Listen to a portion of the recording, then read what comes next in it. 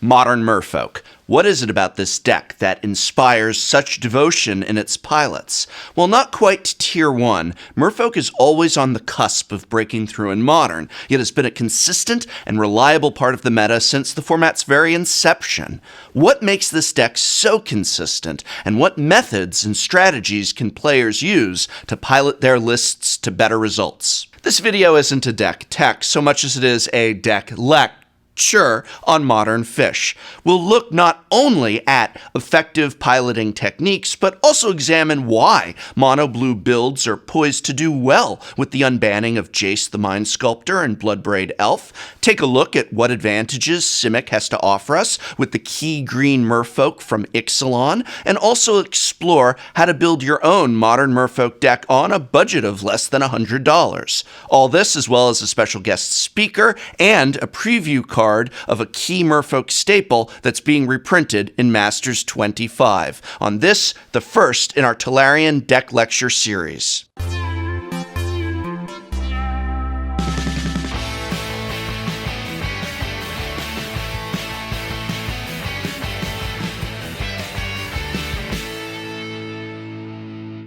The problem with Modern Merfolk is that it is a very complicated deck. Merfolk is underestimated because of its complexity, and it demands a lot of experience to play properly.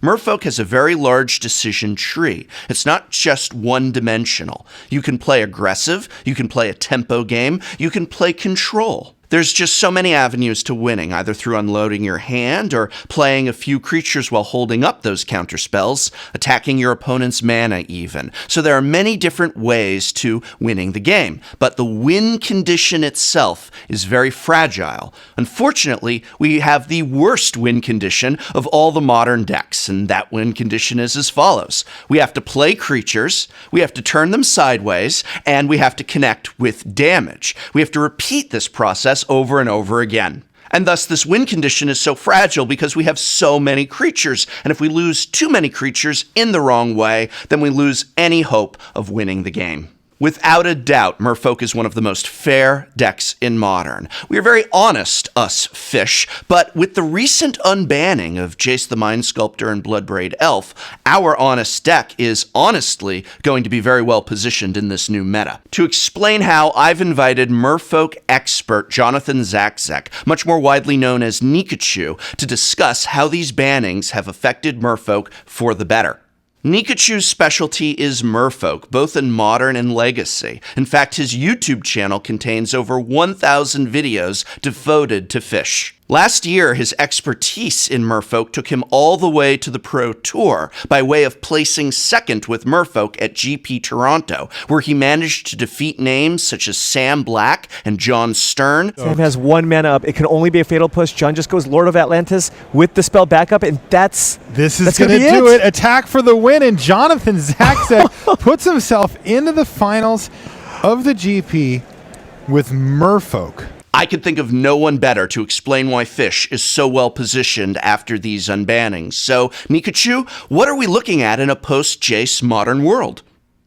All right, Professor, let's talk post-unbannings as they relate to Merfolk. Jace the Mind Sculptor is going to be big, which is actually really good for Merfolk because islands are going to be big. The obvious advantage here is that it's going to activate Island Walk for our creatures. But that's not the only thing Jace is going to do to the metagame in our favor. If islands are going to be big, then control is going to be big, which is really good for Merfolk because counterspells line up so badly against some of the key Merfolk cards like Cavern of Souls and Aether Vial.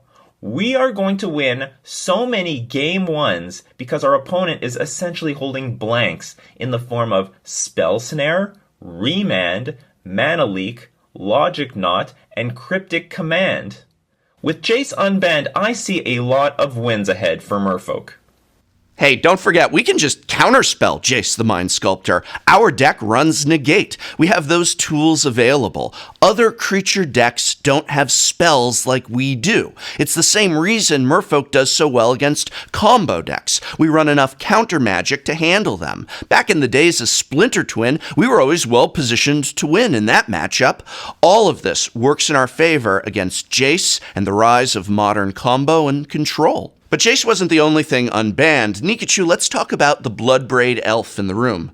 Merfolk have another advantage with these unbannings, and that is our own 4-drop, the Master of Waves. The Master of Waves is going to be so much stronger in a metagame featuring red, with decks like Grixis, like Jeskai, and most importantly, Jund. With the unbanning of BloodBraid Elf, Jund is going to be a big deck, or at least I am hoping it is going to be a big deck because Master of Waves is so strong against Jund. Lightning Bolt, Kolaghan's Command, Terminate, and even Dreadbore, a card that is seeing play because of Jace's unbanning. Jund's Toolhouse does nothing to the Master of Waves. They're all blanks. In other words, a metagame where Master of Waves is strong, Merfolk will be strong, and it looks like the Master of Waves is positioned to be very, very good coming up.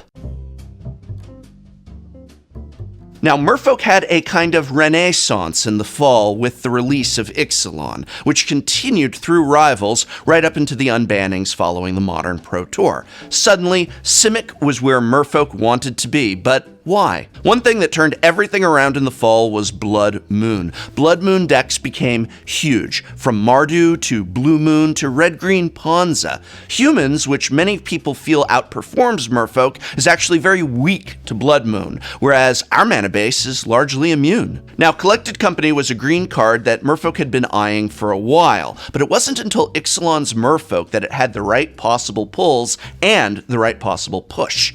With the addition of, in particular, Merfolk Branchwalker, Collected Company could enter Simic Merfolk successfully. And it's a spell that, in this deck, is just as good on turn 8 as it is on turn 4. Branchwalker put Collected Company over the top. Running 20 lands, Merfolk doesn't always get to 4 lands very easily. In fact, we might not get to 4 lands until turn 6 or 7. But with Branchwalker, Merfolk has been given what is essentially another version of Silvergill Adept, which was conveniently reprinted in Rivals, by the way, as Branchwalker helps find the lands that we need in order to play Collected Company. But Branchwalker was also a great target for Collected Company, putting a decent amount of power on the board and letting you sculpt the top of your library. Remove a land from your draw step, or decide if you want a certain creature on top of your deck or not. See a lord that's going to win you the game? Okay, we'll keep that on top. See a useless Ether Vial or Spreading Seas? Alright, let's dump it. Also, passing the turn with 4 mana open means that your opponent doesn't know if you have counter spells ready, maybe even a cryptic command or the ability to flash in Harbinger of the Tides, or if you're just going to pull Collected Company on them. This opens your range so wide and makes it so hard for your opponent to play against you. And if your opponent plays a sweeper, it's so easy to rebuild the board with Collected Company and just kill your opponent outright from there. But Branchwalker wasn't the only addition Merfolk got from Ixalaln. Here's Nikachu again to talk about another gift to the deck. Here's what Ixalaln gave Modern Merfolk. A new 1-drop in the form of Kumena's Speaker. See, one of Merfolk's biggest problems is that we don't have a lot of things to do on turn 1. This actually puts a lot of pressure on the Merfolk pilot to play with precision, because that Merfolk pilot is generally playing a turn behind. If you don't get that Curse Catcher or Ether Vial on turn 1, you just play a land drop past the turn, and your opponent does something on turn 1, I mean, they are so far ahead of you. So what Ixalaln did is it gave us Kumena's Speaker, which was a strong 1-drop that enabled the deck to curve out so much more comfortably. Last fall, there were so many decks featuring Thalia, Guardian of Thraben, like Humans, Death and Taxes, and Eldrazi Taxes, and Kumena's Speaker allows us to power right through them. When you play Curse Catcher turn 1, and they play Thalia, Guardian of Thraben, and you play Lord of Atlantis on your turn 2, you still can't attack into that because of Thalia's first strike. But with Kumena's Speaker on turn 1, followed up by a Lord on turn 2, you can attack into that Thalia, which is really powerful. It's basically Wild Nacatl. We could now attack into much larger creatures and threaten more turn 4 wins. With 4 Aether Vial, 4 Curse Catcher, and 4 Kumena's Speaker, our curve was lowered to push us ahead of our opponents instead of being a turn behind. So is Simic played out in favor of mono-blue builds with the return of Jace and BloodBraid? As of now, we can't say. Right now, Modern is in a state of flux. It hasn't settled yet. We don't know what is going to be the best Jace deck. Is Jund really going to be that dominant? But understanding what makes tropical fish so strong is the key to understanding when the meta calls for them.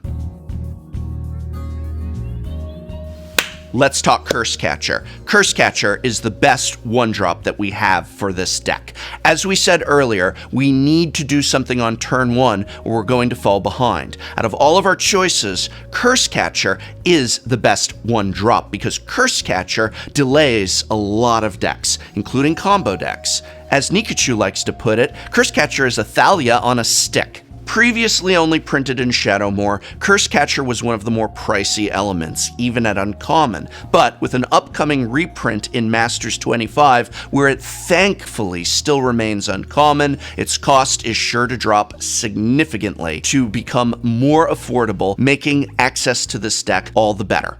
Thanks to this reprint, Nikachu and I can show you how to put Modern Merfolk together on a $100 budget or less in just a moment. But first, why is Curse Catcher such an important part of this deck? Merfolk is a turn slower than most decks because we're so clunky, but Curse Catcher keeps things at parity by slowing our opponents down by a turn, evening the battlefield. I displayed that very well in my primer video, how Curse Catcher allows us to compete with the really fast decks. Let's say you play Curse Catcher turn 1 followed up by a Lord of Atlantis. You attack for 2. On turn 3 you play another Lord, and now Curse Catcher has dealt 5 damage as opposed to none. We're threatening to win the game next turn, and the combo player is still a turn behind from comboing off. I actually have a 14-minute primer video about how to use Curse Catcher in Merfolk. It's linked in this video's description. So if you want to learn the complexity and the power of Curse Catcher, be sure to check it out. But it isn't just combo that this is good against. It delays removal spells, some of the best ones like Maelstrom Pulse or Culligan's Command. It makes Cryptic Command a 5-mana spell. It may look puny, but Curse Catcher is great on curve and contributes to that possible turn 4 win. Our opponents cannot do what they want to do because of this Curse Catcher in play. Let's take a look at that budget build of Merfolk. Now, Merfolk can operate on a budget for many reasons.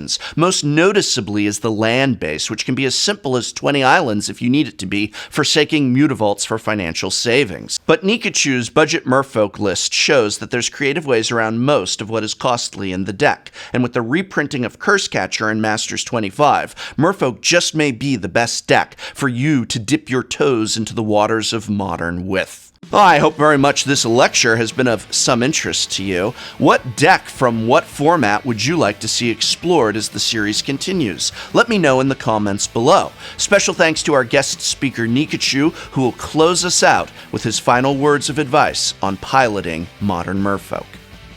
The best thing that I can say about piloting Merfolk is this: don't treat it like an aggro deck. That is the biggest mistake Merfolk players make. Be careful with your creatures. Exercise patience. Always consider what would happen if your opponent plays a removal spell on one of your lords, and play around it. One of Merfolk's biggest problems is that its pilots have been treating this like an all-in deck, and that has contributed to a lot of its losses. Yes, he did hit a Lord, and he's going to win game 2 over Josh. And that means we get game 3. What a top deck. What a comeback From Jonathan Zakzek. He had a Dispel, a singular Dispel. Unreal. Well, that was an exciting weekend, wasn't it? And this video is brought to you by my and many other people's local game store, Card Kingdom, a brick-and-mortar pillar of this community, as well as the Patreon support of viewers such as you. These are the people that keep Tolarian Community College going and growing strong. So thank you.